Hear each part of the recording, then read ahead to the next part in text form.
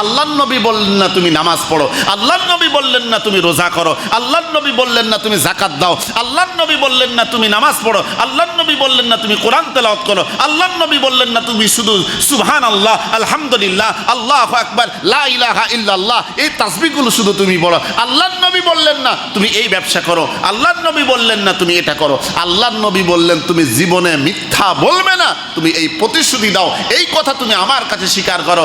এবার এই বেচারি চুরি করতে যাবে, রাত্রিবেলা চিন্তা করতেছে আমি যদি চুরি করি, আজ যদি ধরা পড়ি, আমি যদি বলি চুরি করতে এসেছিলাম, তাহলে তো মা একটাও মাটিতে পড়বে না, ঠিক না ভাই? ঠিক। চুরি করা বাদ দিল। এবার চিন্তা করতেছে নামাজে রক্ত হয়ে যায়, মসজিদের সামনে দিয়ে যায়, নামাজ না যদি পড়ি মানুষ বলবে বেনামাজি যায়। মসজিদে উজু করে ঢুকে গেল, নামাজ আদায় করলো, সুবহানাল্লাহ। এইভাবে সে পূর্ণাঙ্গ ইমানদার মুত্তাকি জান্নাতি ব্যক্তি হয়ে গেছেন, সুবহানাল্লাহ। এই জন্যে বলা হয় দুনিয়ার মধ্যে সবচেয়ে নিকৃষ্ট, সবচেয়ে বড় গুনাহ, তার নাম হচ্ছে মিথ্যা বলা।